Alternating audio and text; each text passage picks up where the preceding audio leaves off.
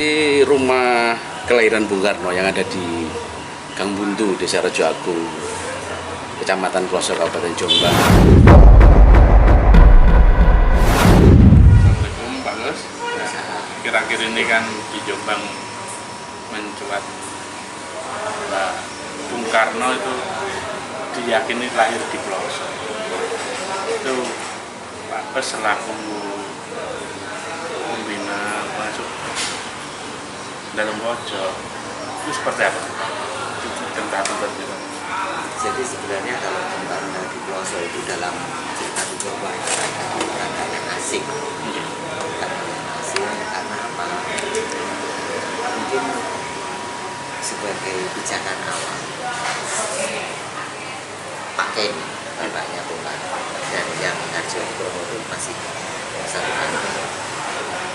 Jadi ketika Pak Kenny muda itu sering yang dimunculkan itu, jadi sudah biasa ada hubungan itu. Jadi ketika beliau kemana, misalnya ke Linggo, ke Bali, ke Surabaya, ke Pelosok, ke Mojokerto, Sidoarjo, ke Blitar, itu dalam cerita itu pelaksanaan sedang berjalan asing. Nah, terkait dengan kelahiran Bung Karno yang di Jombang, ini sebenarnya sudah diketahui dari keluarga sejak dulu. Di dalam tradisi kami ada cerita tutur yang rutin disampaikan tiap tahun, yaitu di saat bulan Muharram, bulan Suro itu kan ada jamasan pusaka. Nah, di dalam jamasan pusaka itu ada cerita-cerita. Setiap pusaka itu ada ceritanya. Misalnya si Demkayon ceritanya begini, Bumbu Musuh ceritanya begini, Kiai Baru, Kiai Dadakan, dan lain-lain. Dan artefak-artefak yang dikeramatkan di dalam pojok itu dikupas. Nah, salah satu dalam jamasan itu seringkali itu rutin ya tiap tahun, bertahun-tahun dari sejak saya kecil.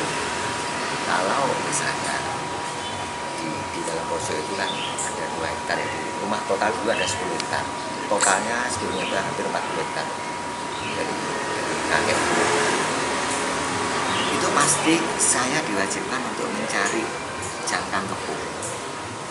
Jangkang kepu itu kulitnya pohon kepu, buahnya pohon kepu itu, atau dikenal dengan namanya Wonojiwo. Nah, ketika saya mencari jangkang kepu waktu masih kecil, saya harus nyari di pinggir sungai di belakang. Di belakang ada sungai besar, sungai Keramat Bening gitu. Itu pasti cerita. Yen nong kali kuwi yang Panji bertawal dapat alas dari situ. Kemudian Bung Karno, Mas Karno, Bapak kalau menyebutkannya Mas ya, Mas Karno ngadusi kebu, adus nong kali. Kemudian dari sambungan cerita itu terus muncul cerita lain, misalnya begini. Pak Kenny ya, bukan Pak Kenny. Pak Kenny itu dadi guru nang Ploso. Lah, waktu Mas Karno lahir, sing nampani bayi iku kayak suruh. Sing mendem ari-ari iku Sumojawo. Mas Karno lahir, itu jenenge Duduk Soekarno, tapi Kusno nama kecilnya. Kemudian nama kecil Kusno itu, dan lahirnya Mas Karno itu pas waktu pacar. Nah, terus Mas Karno itu yo ngaji kan, yo mondok bareng, istilahnya ngaji ini pun ini langgar aku berdiri. Nah, pas Mas Karno lahir, selang beberapa waktu itu loro-loro sakit-sakitan. Ketika sakit-sakitan diobati karo orang yang namanya Mas atau Mbak. Nah, Mbah Mendung itu tinggal di mana? Mbah Mendung itu tinggal di Dumpring, nama Dumpring. Dan juga kayak Suro itu tinggal lahirnya di Socok. Kita tinggal aja misalnya kalau kecil, Natal gitu ya, di pakai stagen ya, tahu stagen Iya. ya? Nah, pemindahan pergantian nama dari Kusno ke Soekarno itu terjadinya di Danupojo. Gitu. Karena pesan waktu sakit-sakitan diomongin, lek anakmu pengen kulit sak terusi, kalau kamu ingin anakmu hidup selamanya, ojo mbok jenenge Kusno, jangan kamu beri nama Kusno, berilah nama Soekarno. Maka digantilah nama Kusno Soekarno. Tidak. Nah, dari situlah sekarang nama yang populer bukan Kusno, tapi Soekarno yang mendunia. Itu ceritanya. Kurang lebihnya. Berarti dulu dari nama lama Kusno ke Soekarno itu sampai usia berapa Pak? Digantinya itu? Kisarannya 2 tahun, 2,5 tahunan lah. Itu berganti itu setelah sakit itu ya Pak? Sakit-sakitan itu sering sakit. Tapi pertama ketemu dengan Mbah Mendung itu di Dumpring aku.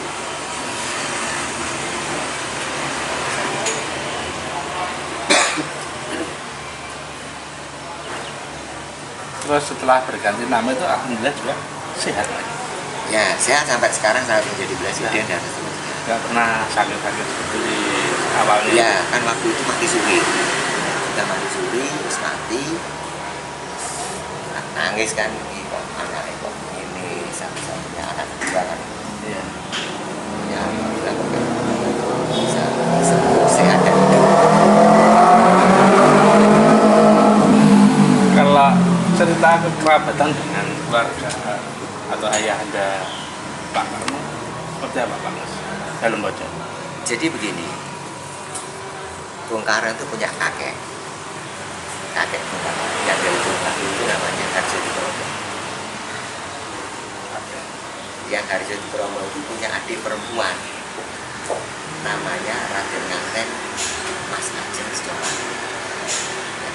Mas Ajeng Sejawati itu dinikah sama kakek buyut saya, Bendoro Raden Mas Panji Kusumarto. Nah, perkawinan dari adiknya yang Raden Harjo Dikromo dengan Bendoro Raden Mas Panji Kusumarto itu menurunkan 9 anak. Anak yang pertama Raden Mas Panji Somosewoyo dengan nama populer Tim Mas Mendung, yaitu orang yang obati ketika di Kedung Pring itu, dan mengganti nama dari Kusno menjadi Soekarno. Raden Mas Panji Somosewoyo ini yang mengawinkan menikah Bung Karno dengan Yiyit di Bandung. Kemudian ini yang sulung ya, dan yang bungsu yang ragil itu Raden Mas Panji Said Sumotiarjo. Ini putra gue udah 9. Saya potong aja yang angka 9. Yang terakhir ini Raden Mas Panji Said Sumotiarjo ini di dalam keterangan beliau ini menjenguk ketika Bung Karno baru lahir cuer 5 hari sepasaran. Sepasaran. Jadi dijenguk ke kediamannya yang di sini. Kemudian beliau juga yang mengangkat Bung Karno ketika berjuang di Inggris. Jadi pada waktu itu Bu Inggris itu ada di dalam Boston. Kemudian Bung Karno dibuat ke Inggris. Itu ada fotonya di dalam buku di bawah bendera revolusi itu kakek saya, Pak Pak Sayyid itu mengantar kita yang lagi naik perahu, naik kapal. Kemudian Pak Sayyid itu selain hubungan kekerabatan, karena Pak Kiai ini kan sering ke rumah itu ya, Bung Karno juga sering ke rumah. Itu Pak Sayyid itu dijadikan Bung Karno menjadi kepala rumah tangga presiden dan juga penasihat pribadi Presiden Soekarno sejak mulai tahun 1945 sampai dengan 1950. Itu Pak Sayyid. Ya. Selain kekerabatan, pergerakan di bidang politiknya pada saat itu, Pak Sayyid dan Pak Umar juga pernah di PNI, juga pernah di SI, Syarikat Islam. Jadi Pak Sayyid juga pernah menjadi ketua SI dan sekretaris SI, Pak Umar pernah menjadi ketua SI. Jadi juga setelah Bung Karno mendirikan PNI, beliau ikut di PNI dan di sini. Jadi selain kedekatan kekerabatan, juga kedekatan karena sama-sama bergerak di bidang upaya untuk berjuang mencapai Indonesia merdeka dan membenci kepada Pancasila. Tentang sudut pandang atau tanggapan keluarga besar tentang adanya Ploso sebagai tempat lahir itu seperti apa Pak? Kajiannya? Kalau kami kan bukan dari jalur langsung ya. Ya. Kebetulan kami kan kalau dari ibunya sama. Kalau yang dari Bung Karno sendiri seperti putra-putranya ada yang Mbak Nurkan dan seterusnya, Mas Guntur, Mbak Sukma dan juga Mas Wito dan lain-lain itu. Mereka juga dalam arti masih apa ya, antara ya dengan Jombang atau bagaimana. Tapi kita perlu tahu sebenarnya bahwa narasi Surabaya, Jombang itu jadi di dalam cerita tutur itu ketika apa kakek misalnya menyampaikan tentang apa tokoh-tokoh itu simbol-simbol itu semuanya ada di namanya ada Suro. Ada sahabat yang lain misalnya Ratu Jalil juga tokoh-tokoh Suro. Kemudian nama Ketujuh, nama Putri. Tempat-tempat itu ternyata ada di Jombang semuanya. Ya, mungkin bisa jadi mereka tempat-tempat itu ya Surabaya karena Jombang pada tahun 1902 ini kan masih namanya bukan Jombang, masih versi Dengan Surabaya. Bila mana nanti kajian ini sampai dengan tingkat nasional mendukung atau bagaimana Pak?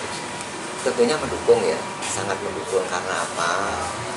Kami selain dari sisi keluarga, dari sisi generasi muda perlu dan penting menjawab pertanyaan ini. Karena saya pernah membaca buku 200 pahlawan itu, hampir semuanya tempat-tempat kelahirannya itu jelas, di mana beliau jelas. Ya. Soekarno ini masih kita tegur. Ada yang dulu menyatakan katanya lahirnya di Blitar, ada yang di Surabaya, ada yang kota Surabaya, ada yang di Tulungagung, dan sekarang ini Jombang. Bagi kami dari keluarga kebetulan kan Mas Mendul tadi akhirnya ketika syarat mengganti nama diantaranya kan harus dijadikan anak angkat. Jadi lek anakmu pengen urip sak berisi ojo mbok sini terus jenenge Soekarno mungkin ganti nama. Kemudian syaratnya juga dijadikan anak angkat. Jadi Raden Mas Pandi Sumosiro itu nggak punya keturunan. Anak angkatnya yaitu Soekarno. Makanya kemanapun beliau pergi, ketika sidang di Tanjung Bandung, beliau hadir. Paling menikahkan dengan Inggit itu juga ada. Itu kalau sekarang bisa dilihat di Ramadan Kahal itu ada semua. Kalau nantinya yang menangkap Indi sampai menjadi Kalau di dalam pojok barang-barang Pak Soekarno masih terawat kondisi seperti sebagian. kamarnya, Oh masih? pusaka-pusaka masih utuh ya Pak? Enggak, banyak yang rusak, banyak yang hilang karena apa ya? Ya mohon maaf, karena bagi keluarga sosok Soekarno itu kan biasa ya, artinya ya biasa karena beliau itu punya lukisan. Di rumah itu ada lukisan wayang, ada lukisan di persimpangan jalan, terus tulisan-tulisan beliau yang waktu kecil itu yang itu juga ada. Kemudian tempat ketika akan dilamar jadi bayi itu box Bayi.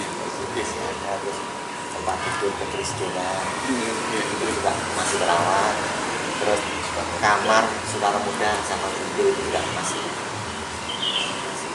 jadi Inggit itu dekat dengan makanan. Kalau ada masalah karena yang menikahkan. Terima kasih Pak Gus cerita yang diberikan. Sekarang kami dan pojok tetap terbuka, misalnya kalau ada pengunjung itu tetap terbuka. Ya, jadi kebetulan dalam pojok kan juga ditetapkan sebagai situs akan budaya. Kemudian beberapa seperti masa kecil, masa kecil, masa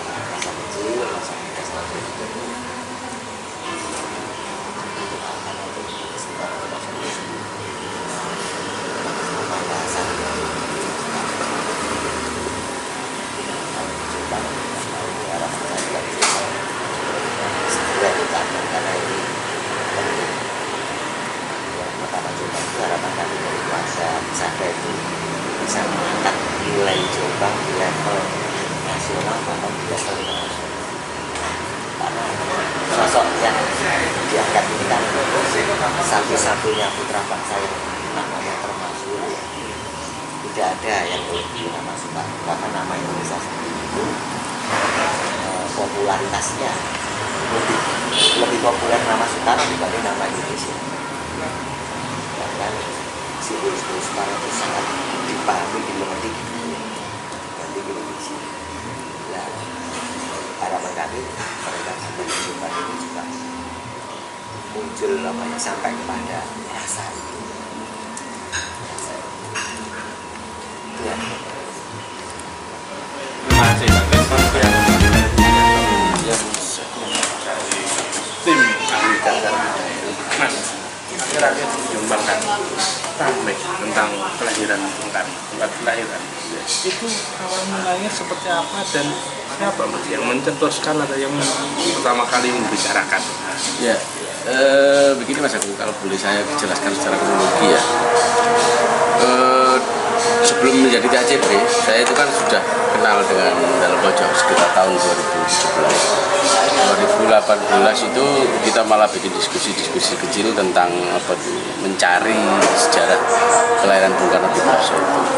Kemudian waktu itu ada buku yang ditulis oleh 7 profesor di bawah kepemimpinan Profesor Nurillah itu berjudul Lidah Ayu Nyoman Rai Ibu Bangsa ini. Nah, di dalam buku ini terdapat perjalanan ayah ibu Bung Karno berbasis peselit penugasan ayah Bung Karno, Pak Kenny, mulai dari Bali, kemudian Surabaya, Ploso, Sidoarjo, kemudian Mojokerto, baru Blitar. Nah, di buku ini juga dituliskan bahwa ayah Bung Karno itu menuliskan kelahiran anaknya itu 6 Juni 1922. Jadi peselit Ploso itu Pak Kenny awal dinas di Ploso tanggal 28 Desember 1901, kemudian ada dokumen lain, beliau menuliskan Bung Karno itu lahir 6 Juli 1902. Artinya itu kan logosnya di pelosok. Nah, kemudian 2019 beberapa teman mulai ikut, termasuk Gus Binhad ya. Gus Binhad ikut melakukan penelusuran itu. Dan kemudian 2022 kalau nggak salah itu saya ikut asesmen sebagai TAJB 5 orang dari Jombang. Kemudian 2023 kita usulkan kepada teman-teman di pegiat sejarah itu agar mendaftarkan situs kelahiran Bung Karno di Pelosok itu untuk kita kaji. Nah, pada perjalanannya ketika kita melakukan kajian itu, baik kami TAJB maupun teman-teman yang di Bismillah dan lain-lain itu menemukan banyak sekali data penunjang gitu. Termasuk menemukan makam Mbok Suwi, itu pengasuh Bung Karno di Pelosok. Makam Mbak Joyo Dipo, itu adalah teman masa kecil Bung Karno, teman bermain. Kemudian kita juga menemukan foto Kek Suro, Mbak Suro yang seperti disampaikan oleh dalam pojok. Beliau adalah yang nampani bayi Bung Karno ketika lahir. Di dalam foto ini foto tahun 1925 kita temukan di Kapur. Foto keluarga, foto milik keluarga Pak Sulistiono. Di sini ada foto Mbak Suro. Ini terkonfirmasi Mbak Suro atau Kek Suro. Ini yang nampani bayinya Bung Karno ketika lahir. Ini Raden Jamilun, saudara Bupati Jombang pertama. Nah, ini Buyut Ilyas. Buyut Ilyas ini adalah buyut dari Pak Sulis. Jadi ini foto koleksi keluarga. Judulnya kunjungan Raden Jamilun ke Merumbung 1925. Merumbung itu desa Mangunan, Kecamatan Kartu sekarang. Dari teman-teman TAJB ini apa ada kendala? Enggak. Jadi tahun kemarin kita sudah kira-kira hampir 1 tahun ya melakukan kajian itu. Mulai mengumpulkan data, kemudian berkunjung ke simbol-simbol Bung Karno di Indonesia. Jadi kita inginkan bersilaturahmi dengan keluarga Blitar, keluarga Kediri, keluarga Bali, kita juga ke sana, keluarga yang ada di Jakarta dari anak-anak Bung Karno, ada ke Yayasan Pendidikan Soekarno dan juga ke Yayasan Bung Karno yang diketuai Mas Guru itu terakhir. Nah, harapannya ke pemerintah Kabupaten Jombang mungkin seperti ya, apa? Seperti aturan ke penetapan cagar budaya ya Mas. Jadi penetapan cagar budaya itu kan menurut regulasi terbaru itu adalah berdasarkan rekomendasi tim ahli cagar budaya. Kalau itu cagar budaya peringkat kabupaten, berdasarkan rekomendasi TAJB kabupaten atau kota. Kalau provinsi juga begitu, levelnya kalau naik berarti rekomendasi TAJB provinsi kepada gubernur. Cagar budaya peringkat nasional, rekomendasi TAJBN kepada menteri. Ya, karena kita sudah merekomendasikan situs kelahiran Bung Karno di Pelosok ini untuk ditetapkan sebagai cagar budaya peringkat kabupaten pada tahun 2024 kemarin, ya harapan kita itu segera bisa ditindaklanjuti oleh Pak Bupati untuk ditetapkan sebagai cagar budaya peringkat kabupaten. Agar apa? Agar peninggalan tersebut bisa dilestarikan. Entah itu nanti dikonstruksikah, kemudian sisi-sisi sejarahnya dimasukkan di situ-situ atau bagaimana nanti ke depannya. Siap. Terima kasih Mas Arif sementara seperti itu.